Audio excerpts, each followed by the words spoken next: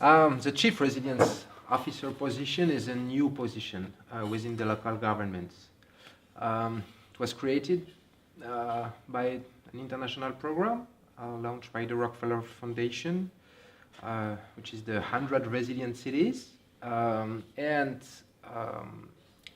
This position of Chief Resilience Officer is supposed to be a cross-cutting position within the local governments, reporting either directly to the mayor or to the head of the administration, in order to build integrated policies, cross-cutting policies among the department silos within a local government, in order to be more efficient in the solutions we developed to face the main challenges of the century. The challenges of the century mostly are climate change and social inclusion, especially related to the resilience approach. And we can only build solutions if we can articulate the different processes that are ongoing on a territory, but separately at the moment. For instance, we develop a strategy to be smarter with all the logical of the smart city. We develop a strategy to be more inclusive in order to sustain the most vulnerable people in our cities. We develop strategies to modernize our functioning in the administration. We develop strategies to be more efficient in mitigation and adaptation to climate change. But we rarely think all these issues together. And that's what the resilience approach proposes. Okay, it seems like you have one of the most interesting job titles in the world at the moment. But could you please describe what is a normal working week for you? I'd say first that there is no normal week, and each week is different from the other ones, because you're right, it's a passionating position, because we are dealing with everything, locally and internationally. So that's a lot of complexity, but in the same time, that's really rich. And let's say that in an average week, of course, I have to participate to the daily life of the municipality and to participate to internal meetings about projects that are related to resilience or whatever. I have several international conference calls with 100 RC network with my counterparts in other cities if I need to get advice on a project or a topic or whatever. I have a lot of meetings with researchers because we involved scientists and researchers in our work a lot, and we involve students from universities to develop solutions and to work on studies, surveys with us, and this is an important part of our job. And I'd say that I spend a lot of time trying to convince the private sector, the factories, the local shop owners, their representatives, but to participate to this global resilient movement, because resilience doesn't make sense if it's just municipal. It's not resilient. The resilience is territorial or is not. And so it means that, of course, the municipal level can push, can start something, can involve people, but not alone. And a territory can't be resilient without its private sector. So it's really important for us to onboard the private sector in our dynamic. And so far it's working quite well, because most of them understood their own interest, even in a business interest, to participate not only to their own resilience, but also to the resilience of the territory. And sometimes, of course, I travel to participate to passionating workshops and meeting really interesting people from other cities and sharing with them problems, solutions, ideas. And this is a huge part of the work, and that is maybe the most important. We're going faster using the experience of the other ones. And this is, I guess, a key of this network.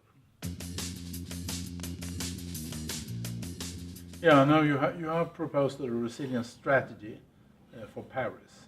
And what are the main pillars, or what are the main challenges and the main directions forward for that strategy? Could you We have give us a glance at that?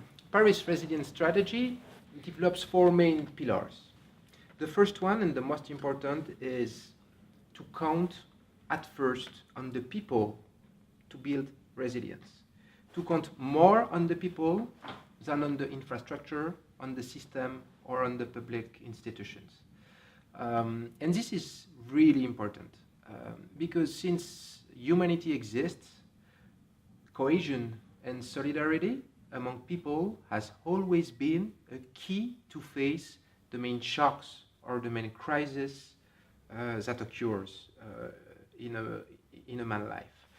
And we forgot in our modern societies this idea of solidarity with your neighbor, with the people who live around your place. It's easy to do. It's not something that costs for a city to strengthen all the initiatives from the citizen that aim to reinforce conviviality, neighborhood activities, and this is a strong key for resilience. So this is the first pillar, and we develop many different actions related to this. For instance, involving the people to produce data for resilience, using the smartphone or whatever, creating civil contingency, a citizen reserve that can be involved in crisis management because they have been trained before, they know about the processes, they know about the resilience approach, and so on, and they agree to be geolocalized everywhere in the city, and if we need them, we can just push a message and get their support. So it's the idea to count on the people and not only on the institution. The second main goal, the second main pillar, relates to the infrastructures. Because of course, we're still going to build new infrastructures, but we can build them in different ways. And we want to include climate and inclusion indicators in the design of any kind of infrastructure, whether it's a road, a park, a building, or a bridge. We can do that, and it's really important because we invest billions on infrastructures, and once we have an infrastructure that creates territorial operations, it will last for a century. So we really need to know before investing a lot of money in an infrastructure if it's going to serve or deserve the climate and inclusion goals. The third pillar relates to the urban metabolism, is the idea to see the city as an ecosystem, as a metabolism with flows, and to use the transitional time we're living, energetical, environmental, digital, social, democratic transition, because we are completely in a transition time, but a transition time provides opportunities. Opportunities, if we think about this metabolism, to develop circular economy and to provide jobs, to work better with the other territories around and develop co-working centers to reduce car traffic and air pollution and so on. And all this provide new jobs, new activity, and it's really important to see the city out of the border of the city. And the last pillar relates to governance, because governance is a key, for resilience. Governance within a public institution, among public institutions, with the private sector, with the inhabitants, with the civil society in general, or how we can involve researchers more in our daily life of practitioners in order to get live the recent discoveries of the research in order to be more efficient and so on. So counting on people, using infrastructure as a level for climate and inclusion goals, seeing the city as a metabolism that can provide jobs, and anchoring the resilience approach in the whole territory are the main pillars of our strategy. I think the input on authority is quite important. For us in Scandinavia, Paris is a very, very big city. We don't have anything to compare. But I know also that it's not only just a city, it's also a metropolitan area. And how is your responsibility, your strategy involving the outskirts of the bigger Paris? Is there a limit, or do you really collaborate with the neighboring municipalities, and how is it working with this metropolitan area? We're working on transforming this limit on opportunity, because it's a limit so far, especially because Paris actually is one of the smallest capitals in the world by the superficie and by the number of inhabitants. Paris is famous all over the world as a shining city and so on, but it's one of the smallest. It's just a bit more of 2 million inhabitants, which is very small for a capital city, because this is the official administrative Paris, but Paris at its scene, territorially speaking, is the urban area. And the urban area is 7 million people, and the metropolis is 131 different municipalities. So governance is a key, because once you want to develop a project within this territory, you need to get a consensus among 131 mayors, 131 administrations, 131 groups of citizens from all the cities. So still, governance is a key, but we consider that the relevant scale for the resilience approach depends on the risk we want to address. Of course, we can be really resilient at the neighbor area and develop things like conviviality, solidarity among people, or whatever that works, really at a small scale. But to fight against air pollution, for instance, Paris area is not enough, because most of the pollution is coming from outside Paris and people commuting from outside. So we can all ride bikes within Paris. It won't change anything about air pollution.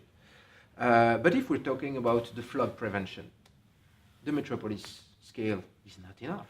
The relevant scale is the watershed level that is going 300 kilometers from Paris.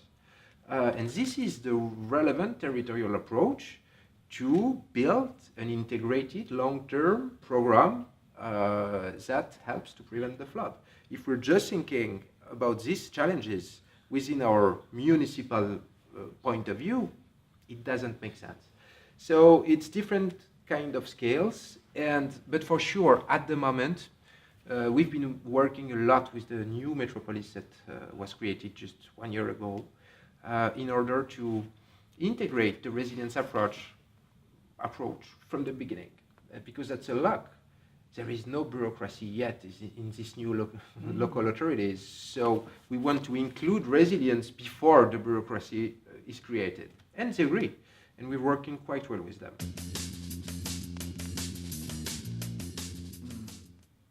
Do you, from a Paris perspective, think that including the business sector together with academia and the public sector is neutral arenas a way forward for that? I think that's the solution, especially if you're talking about the relationship between different municipalities. In our system so far, but it's necessary to start. So that's the relevant systems to start. But there is one city, mostly the capital cities, that leads the program. But as you can know, competition among cities is still important, especially among capital cities and the rest of the world. And so to have an arena independent that is not especially working under the order of one municipality or another one on a public institution or so on, is a guarantee of independence, and I think of maybe quieter debates, quieter exchanges, and that's, for instance, what we've been thinking about in Paris. We've been thinking about creating an agency or a shared organization that could strengthen the resilience approach, both to the public and within the public and the private sectors. Actually, what you've been doing here is something that we want to develop because, of course, it's important to have the political power and impulsion of the capital city. But sometimes it can be a disadvantage. So it's important, I guess, to have this cross-cutting as well approach to develop resilience and shared arena that aims at training, providing information, sensibilizing is really important to develop resilience.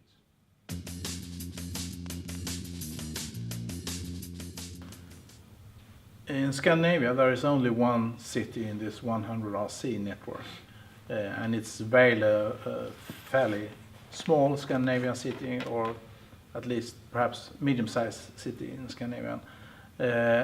What would be your recommendations to the rest of Scandinavia when it concerns urban resilience? I'm sure Scandinavia, because Scandinavia, from my point of view as a French guy, is a model on sustainable development, social inclusion.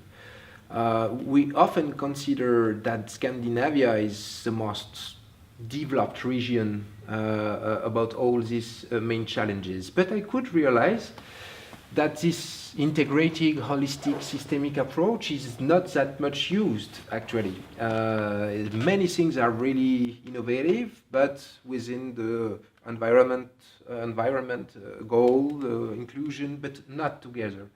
So, of course, I would advise to embrace this resilience approach to any city, any public institution, or any private sector, saying that you're not starting from nothing. You can benefit from this rich experience of innovation that Scandinavia in general developed faster than Southern Europe. And this is an asset to build resilience. And so adding the resilience framework and the resilience thinking to the way you develop the cities, the country, can only be an added value. There is nothing to lose in developing the resilience approach.